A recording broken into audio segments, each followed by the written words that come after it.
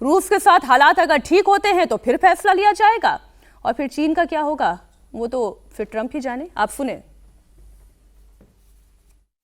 China, Russia, and Iran have interests in Venezuela. How does this operation affect your relationships with them when it comes to the oil and drugs? And Russia, with them when it comes to the oil and drugs. And Russia, Russia when we get things straightened out. But in terms of other countries that want oil, we're in the oil business. We're going to sell it to them. We're not going to say we're not going to. In other words, we'll be selling oil. Probably in much larger doses because they couldn't produce very much because their infrastructure was so bad. So we'll be selling large amounts of oil to other countries, many of whom are using it now, but I would say many more will come. अच्छा, दर्शकों को ये पता होना चाहिए जब हम तेल की बात कर रहे हैं तो वो कितनी बड़ी क्वांटिटी में है। तो ये डिटेल आपके सामने रख दूं। वेनेजुएला का तेल भंडार अमेरिका के तेल भंडार से 5 गुना ज्यादा है। दुनिया के जो शीर्ष 4 तेल भंडार वाले देश हैं, जिसमें ईरान का भी नाम शामिल है, दुनिया के कुल तेल भंडार का आधे से अधिक हिस्सा किसके पास है? वो वेनेजुएला के पास है। अब जो सिद्ध तेल भंडार है, अगर उसकी कुल मात्रा का लगभग अगर हम ये कहें 1.73 ट्रिलियन बैरल है, तो वो तो यही है। इसलिए ट्रंप को वेनेजुएला चाहिए, इसलिए उनको वहां की सत्ता चाहिए। ये तो एकदम इकोनॉमी का खेल है। इसमें कोई पॉलिटिकल डिप्लोमेसी या स्ट्रेटेजिक मामला नहीं है, कोई ड्रग्स का मामला नहीं है, कोई नार्को टेररिज्म का मामला नहीं है। ये सिर्फ तेल का मामला है, बिजनेस का मामला है। और ये अब ठीक कहा विजय जी ने, 76 में जब राष्ट्रीयकरण हुआ तो उनका कहना था कि सारा इंफ्रास्ट्रक्चर तो अमेरिका की कंपनियों ने तैयार किया था। वहां से देखिए, अभी भी वेनेजुएला से तेल निकालना बड़ा कठिन होता है क्योंकि हेवी ऑयल है वहाँ का। वो हेवी ऑयल की वजह से वो एक्सप्लोरेशन होता नहीं है और न उस तरह से रिफाइनरी होती है। तभी वहाँ से सिर्फ $4 अरब का तेल एक्सपोर्ट होता है हर साल, और सऊदी अरब $200 अरब का तेल एक्सपोर्ट करता है, 50 गुना ज़्यादा। तो अब अमेरिकन कंपनियां जाएंगी, इंफ्रास्ट्रक्चर लगाएंगी, और उसमें क्या है, दिल्ली में हम लोग देखते हैं, हम जहाँ रहते हैं वहाँ बिजनेसमैन की कम्युनिटी है। तो कोई बिजनेस आप शुरू करिए तो उसमें किसी की पत्ती 1 रुपए की, किसी की 2 पैसे की, किसी की 5 पैसे की पड़ती है। तो ट्रंप पूरी दुनिया में घूम घूम करके अपने परिवार की पत्ती डाल देते हैं हर धंधे में। कहीं माइनिंग है, कहीं तेल है, कहीं इंफ्रास्ट्रक्चर है, कहीं बिल्डिंग है। तो हम मेरे परिवार की पत्ती 2% 4% की होगी। वो इसमें भी आप देखिएगा, एक्सन मोबाइल हो या शेवरेज, जो बड़ी उनकी कंपनियां हैं, उनमें उसमें उनकी पत्ती कहीं ना कहीं डाल लेंगे, वो बिजनेस करेंगे। क्रिप्टो में भी डाल दिए, क्रिप्टो में भी डाला हुआ है। और ये मीनाक्षी सिर्फ वो इराक का हमला क्या था, वो भी बिजनेस का मामला था। कहा गया कि मास डिस्ट्रक्शन के वेपन है, और असल कारण ये था कि सद्दाम हुसैन यूरो में ट्रेड करना चाहते थे अपने तेल का। तो वो यूरो में ट्रेड करना चाहते थे, वो पसंद नहीं आया। कैसे डॉलर को कमजोर कर देंगे? ईरान हमारे ही साथ रुपए में ट्रेड कर रहा है, वो पसंद नहीं है। वहाँ न्यूक्लियर हथियार है, इसके बहाना, इसका बहाना है। वहाँ मास डिस्ट्रक्शन का वेपन है, ये बहाना है। यहाँ बहाना है आपके पास कि नार्को टेररिज्म कर रहे हैं। भाई, अमेरिका का सारा ड्रग्स मैक्सिमम हम लोग फिल्मों सीरीज में देखते रहे हैं, कोलंबिया से आता है, मैक्सिको से आता है। तो आप कोलंबिया मैक्सिको पर छोड़ करके आपको वेनेजुएला आपका टारगेट है। ठीक है कि उनका इलेक्शन रिग्ड था, 2024 का इलेक्शन रिग्ड हुआ, लेकिन ये कारण थोड़े हो सकता है कि आपने सारा यूएन चार्टर का उल्लंघन किया, आपने तमाम इंटरनेशनल ट्रीटीज के उल्लंघन किए, आपने एक सॉवरन कंट्री पर आप कैसे हमला कर सकते हैं, और हमला करके वहां के राष्ट्रपति को कैसे उठा ले सकते हैं, आपके पास ताकत है तो। और इस बात का पूरी दुनिया को विरोध करना चाहिए। अच्छा, अफसोस की बात है, कोई नहीं विरोध कर रहा है। G20 का कोई देश इस समय विरोध नहीं कर रहा। दबदबे वाला कदम अंतर्राष्ट्रीय कानून का और यूएन चार्टर का उल्लंघन है।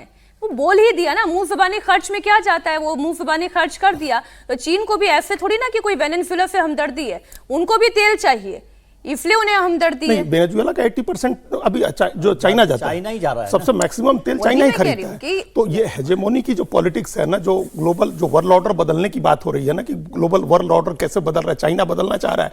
तो 2 जगह अमेरिका की नजर थी, एक वेनेजुएला चाइना की वजह से, और ईरान, रूस और चाइना दोनों की वजह से। तो अब ये यहाँ तख्ता पलट हो गया। अब ये आ गया ना कि डेल्सी रोड्रिगेज जो वाइस प्रेसिडेंट है, वो करेंगे। सर, एक इंटरेस्टिंग जरा एंगल इसमें और बता दूं, फिर समीर जी मैं आपके पास आ रही हूं। अब एक और इंटरेस्टिंग एंगल क्या है कि वेनेजुएला में विपक्ष के नेता कौन है? मचाडो है ना। मचाडो कौन है?